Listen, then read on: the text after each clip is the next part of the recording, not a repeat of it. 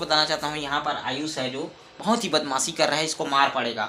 दोस्तों दिखाना चाहता हूँ ये पूरा माचिस के तीली यहाँ पर जला रहे हैं। और क्या जला रहे हैं इसी से पूछते, क्या कर रहे हो भाई? हाँ क्या कर रहे हो बताइए, पूछिए भाई। क्या बताना चाहता हूँ, ये अभी अभी बोलना सीख रहे हैं। पूछते हैं कि अपने भाषा में क्या बोल रहे हैं। क्या कर रहे हो आयुष? सांप सांप जला रहे हो? कहाँ है सांप? हाँ ये बोल रहा है कि सांप जला रहा हूँ। क्या जला रहे हो? फटाका इतना बड़ा है, देख लो भाई, इतना हाइट है, आप यकीन नहीं करोगे। और मिर्ची फटाका है ना, उसको ले लेके वो बाहर में दिए में दीपावली में पूरा जलाए हैं।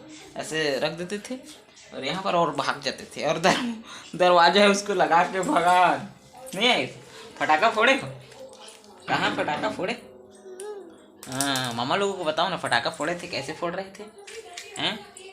और यहाँ देखिए पूरा माचिस के तीली को फैला कर रखे हैं। और इसका एक चॉकलेट पड़ा है जिसको हम खाते हैं। ठीक है, खा लूँ? दे लूँ? No no. अरे गंदी लड़की है, गंदा लड़की है।